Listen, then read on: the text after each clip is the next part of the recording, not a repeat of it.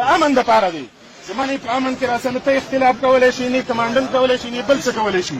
اوس به ستاسو غلطۍ دي غفلتونه دي دا راته موږ په دې حیثیت واضحه کوو چې زموږ مشران یې وایي د فریاد ځای وایي زموږ چې تاسو زموږ فریاد نه اورئ تاسو پرې غوږ نه رپوئ تاسو یې حل نه راوباسئ نو ګورئ بیا دا وطن زموږ نه وران شوی بیا هم ورانېږي تقریبا دا 10 کاله وشو جنګ شوی په دې وطن د امن په حالت کې زموږ په دې بازار کې به 14 دلیوي واله وو ثابته سوبیداري به وه د جنګ نه پس چې حالات ډېر خراب شو په دې وطن کې د شپې امن نشته ایل سی صاحب مهرباني وکړه زما نه خبره واوره په دې وطن کې د شپې بدامني ده د شپې بدامني ده خلکو ته قسم قسم تکلیفونه دي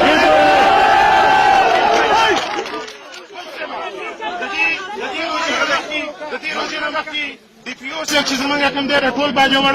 د ټول باجوړ د امن ذمه د سیویل انتظامي جرګه ناسته وه مال صاحب ستا یو کال شو په یو کال کې ته ناوګۍ ته رانغلې چې دا په ډیورنډ لاین باندې پته ناقله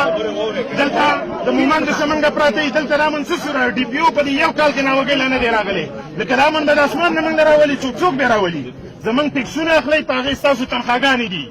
زمونږ تاسو فریاد رسول دي تاسو له پې عمل نه کوئ په دنیا هم ګناهګارې وئ په آخرت کې به هم د دې قوم مجرمانې وئ صیبه د روژې نه مخکې ډي پي او صاحب ته ما وویلې ذاتي زه تاسو ته دا وایم کمانډن ته هم ناست وو مال چې ګورې زمونږ د ناوګۍ امن خراب دی او په بازار کې 2 لیوي واله 2 لیوي غریبانان 500,000 خلک نشي کنټرولولی نن یې دا حالت جوړ شو چې چېرته زمونږ په بازار کې ټیک ده د قبیلو جنګونه راغلي د کندو راغلي د کلو مړي په چېرته نه دي شوي زمونږ په ولسي جګړه کې په قبایلي په بازار کې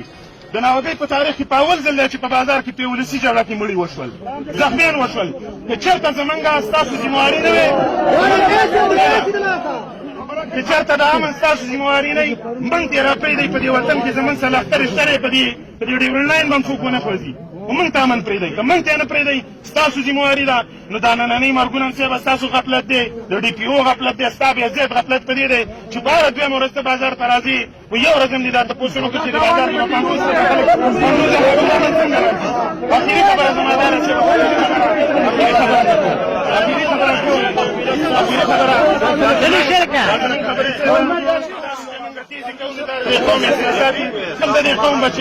کم د دې قوم بچی دا موږ په دې باندې نه کوو دا خاوره زموږ دا وطن زموږ دی د دې لپاره زموږ قربانۍ دي مشران هم په دې خاوره کې مړه دي خو اوس یو پېښه وشوله د سبا غم کوو دا بازار چې نن رابند شوی ګورې ساره بله کېږي نور خلک راډاډه کېږي تقریبا د 15 کسان څه تمانچې وي په بډه دا دې بازار ته راننوتي لکه دا به څوک د چا نه دي 15 کسان چې تمانچې پکوي زموږ اخري خبره دا ده چې موږ ته امن پکار دی امن ستا ذمهواري ده د شپې هم امن دنه غواړو د ورځې هم دنه امن غواړو که څه وشو نو بیا به ډي پي او تاسو ټوله انتظامیه زموږ د بدامنۍ ذمهواري وایي که نورې پېښې وشوي